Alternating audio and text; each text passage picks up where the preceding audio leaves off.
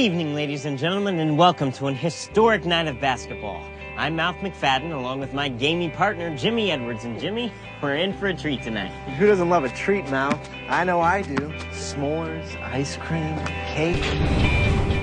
The Tar Heels land another blue-chip prospect, and we've got the scoop. Mouth has had an interesting path. He went to college, and he followed his passion for broadcasting. And I think his dream job is to be an on-air reporter, sports reporter, and which is awesome. However, you know, as real life often works out, you come to find out it's not as easy as just showing up at a station and boom, you have a job. What I always liked about the journey of Mouth is it typically wasn't as accelerated as the other characters in high school. And so jumping ahead 4 years, did he go further than everyone? Or is he still chasing his dreams in a very authentic sort of 22-year-old way? Look, Alice, I think we got off to the wrong start.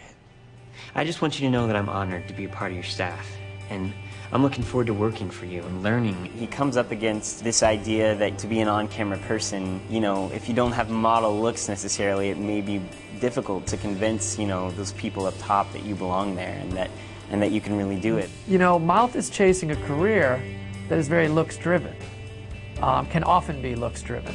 And even though he's on the sports side of it, if he wants to be on camera or whatever, you know, he may run into some challenges along the way, and it doesn't mean it's fair, and it certainly isn't right, but it's good drama. I think it's a great story because it speaks to his passion and his desire and rising above, you know, what, you know, his genetics are and doing the best he can. So I think it's very real and very interesting, and it's going to go to a very complex place. I also love the idea of just putting Mouth and Skills and the River Court guys in a big college-y apartment. It's cool. It's the boys, you know. They're playing video games and they're you know, watching basketball. There's a lot of loitering on the part of myself and Fergie. We crash there. We eat their food. We play their video games. It's a good time. It's a party. It's milk fights. It's a milk water gun fight. It's very fun, and I managed to get drenched by everyone. They all teamed up on me for some reason. I was never the guy that you catch squirting water guns and pulling pranks, doing any kind of stuff like that, you know what I mean?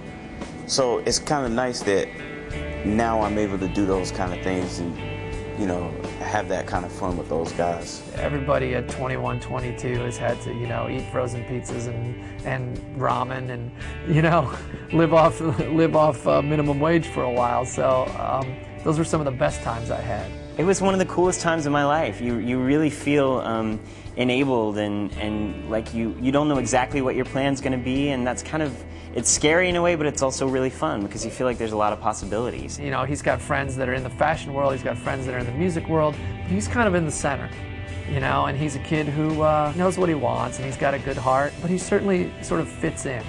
You know, I think to have a character that's a mainstream kid who is still very unique in terms of his heart and his mind and what he's chasing in his life, I think that's great. I think that's what most kids are.